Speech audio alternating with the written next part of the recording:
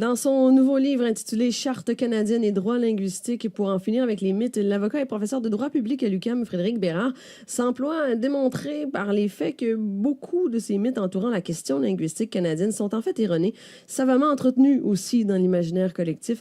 Ce livre sort aujourd'hui. Il est avec nous ce matin pour parler de ces mythes et nous expliquer la situation réelle de la langue française au pays et comment elle est comprise et observée. Monsieur Bérard, bonjour. Bonjour, comment ça va? Ça va très bien vous-même? Oui, merci. Juste précision, je suis à l'Université de Montréal et non à l'UQAM. Ah ben oui, c'est vrai. Vous avez tout à fait raison. C'est pas plus grave que ça. Donc, c'est juste plus factuel. C'est juste plus factuel et c'est une autre université. Donc, Monsieur Bérard de l'Université de Montréal, ces mythes-là dont on parle ici, qui existent autour de cette charte-là, quels sont-ils, selon vous? Il y en a beaucoup. Oui. Et je vous dirais que, bon, le premier mythe, c'est que ce serait que les Anglo-Québécois ont profité de la Charte canadienne, ce qui est absolument faux. En fait, il n'y a eu aucune décision de la Cour qui est venue favoriser les Anglo-Québécois, contrairement à ce qu'on entend souvent. On entend souvent aussi que le Québec est une province bilingue d'un point de vue institutionnel. Je vous dirais que depuis 82, c'est probablement la province qui est devenue le plus unilingue d'un point de vue institutionnel. Évidemment, vous me direz qu'elle était déjà assez bilingue dans les faits, la province de Québec, et c'est vrai, contrairement aux autres provinces qui, elles, étaient essentiellement unilingues anglophones. Anglais, pardon. Mais cela dit, quand on regarde le bilinguisme institutionnel, et quand je parle de bilinguisme institutionnel, je parle évidemment des institutions, le droit de se faire servir en français devant les tribunaux, et ainsi de suite. Québec est la province qui a adopté le chemin du bilinguisme. Toutes les autres provinces qui partaient beaucoup plus loin, là, cela dit, je dois dire, ont fait des progrès d'un point de vue bilinguiste institutionnel, que ce soit par rapport à, par exemple, la loi sur les services en français, vous en avez à l'île du Prince-Édouard, en Nouvelle-Écosse, évidemment, le Nouveau-Brunswick, l'Ontario, maintenant le Manitoba, prochainement l'Alberta. Donc, quand on fait le tour de ça, on réalise que, peut-être qu'effectivement, c'est pas trop vrai de dire que les Anglo ont bénéficié, les Anglo-Québécois ont bénéficié de cette même charte.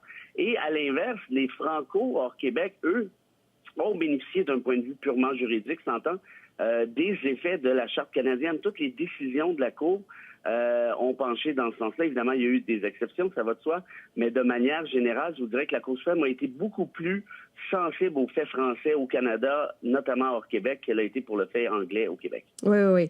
Et ces mythes-là, ils sont profondément imprégnés dans la société canadienne ou québécoise davantage? Ben, écoutez, au Québec, il y a clairement ce qu'on a créé, on appelle ça une doxa, une espèce de vase clos où tu ne peux pas remettre ça en question. Et c'est ce que mon livre essaie de faire. Moi, je me souviens pas d'avoir entendu que la Charte canadienne a été profitable pour le fait français. Non. J'ai jamais entendu ça.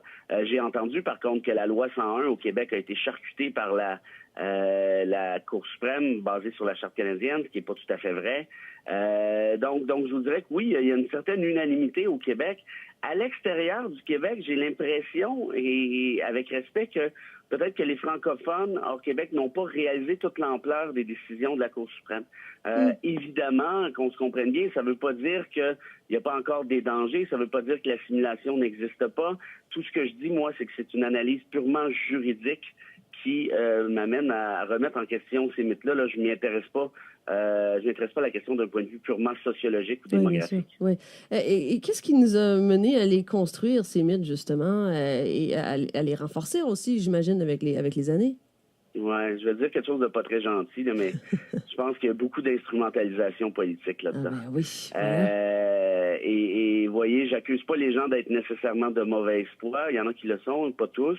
Mais politiquement, c'est payant de dire que la Charte canadienne est un ennemi du fait français, particulièrement au Québec, de dire que le Canada s'anglicise du fait de la Charte canadienne, du fait de la Cour suprême, que les tribunaux de la Cour suprême, que les juges de la Cour suprême sont nommés par le fédéral, sont donc biaisés en faveur du fédéral, ils ont donc un biais pro-anglais. Il faut donc sortir du Canada. Ça alimente une certaine thèse, tout ça.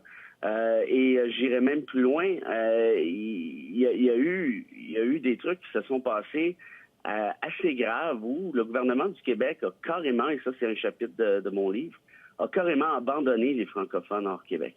À aucune occasion, jamais dans l'histoire, le gouvernement du Québec n'est allé prêter main forte aux francophones hors Québec devant les tribunaux. Ça ne s'est jamais produit. Et je pense que c'est une espèce de traumatisme aussi pour l'ensemble du pays, pour les provinces en majorité anglophone. Tout à fait. Et pire que ça encore, Mme Villeneuve, c'est n'oublions pas une chose, le gouvernement du Québec est allé plaider à 3 reprises contre les Franco hors Québec en Cour suprême. En 90, en 99 et tout récemment en 2015. Là, ça vient de se passer tout ça. Oui. Justement, est-ce qu'on peut parler d'instrumentalisation aussi? Hein? J'imagine, ça sert des causes politiques, ça sert... mais est-ce que c'est possible justement de faire marche arrière? Bon, c'est possible quand on vous lit, j'imagine, de comprendre certaines choses, certainement, mais quand même, c'est difficile de revenir. Moi, j'ai espoir au fait suivant, c'est que si on s'adresse à l'intelligence des gens, les gens vont suivre. Et je pense que ça, c'est un des problèmes, peut-être avec les universitaires, souvent on a tendance à se parler entre nous. Je pense qu'il ne faut pas, au contraire, abandonner la démocratie, parce qu'autrement, ça va probablement être la fin de celle-ci. On vit dans une ère de post-vérité, notamment avec Trump, où on peut se dire à peu près n'importe quoi, puis ça finit là. Donc, je pense que c'est le rôle des intellectuels publics d'adresser certains enjeux, de discuter de certaines connaissances avec le public. C'est ce que j'essaie de faire avec ce livre-là, justement pour casser les mythes. Puis là, après ça reste une question d'opinion. Et ça, je respecte ça. C'est pas un livre qui est trudeauiste, c'est pas un livre qui est anti-indépendantiste. C'est un livre qui, je pense, est factuel. Les gens tireront leurs conclusions par la suite. Mais tout ça pour dire que moi, j'ai espoir qu'on puisse justement discuter de ces enjeux-là intelligemment, sans attaque personnelle, et idéalement peut-être se délester de ces mêmes mythes-là au fil du temps. Oui. Comment il sera reçu, d'après vous, au Québec, justement, cet ouvrage? Écoutez, curieusement, là, j'ai une assez grande entrevue ce matin qui a été publiée. Ça a l'air positif. Ça, c'est les fleurs. Le pot va suivre. Là. J'imagine que la Société Saint-Jean-Baptiste et compagnie vont se faire certains plaisirs à me taper sur la tête pour les prochains jours. Mais voyez, tant mieux, en quelque part, hein, si ça crée un débat. Bon, évidemment, je pense que ça va tomber dans les attaques personnelles, malheureusement, mais si on est capable de créer un débat, de transcender, genre, justement, cette espèce de petite chicane partisane, je pense que ça serait une excellente chose. Et pour revenir même un petit peu à votre avant-dernière question, c'est le gouvernement du Québec, pour l'avenir, a un rôle à jouer pour la francophonie au Canada, est capable de jouer ce rôle-là. C'est pas compliqué, là, c'est pas du génie nucléaire, là. C'est d'augmenter le financement, c'est d'arrêter de lutter contre les francophones hors Québec devant les tribunaux et favoriser de plus grands ponts. Si on est francophile, et je le suis, on ne peut pas être contre les francophones hors Québec. Je veux dire, c'est parfaitement un non-sens.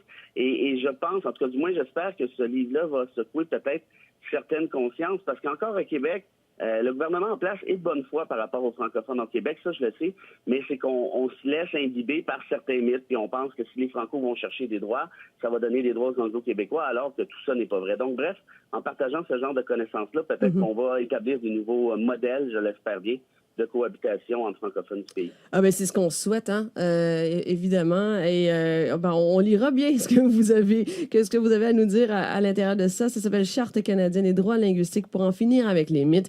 Frédéric Bérard de l'Université de Montréal, merci beaucoup d'avoir encore une fois accepté de nous parler ce matin. Je suis toujours là pour vous, vous marquerez bien. Ah oui, c'est absolument ça, on est certain de ça. J'essaie de prêcher par l'exemple et que le gouvernement du Québec suive ensuite. De très bon exemple, on l'aime beaucoup cet exemple-là. Merci beaucoup. OK, merci, à bientôt. Bonne journée, au revoir.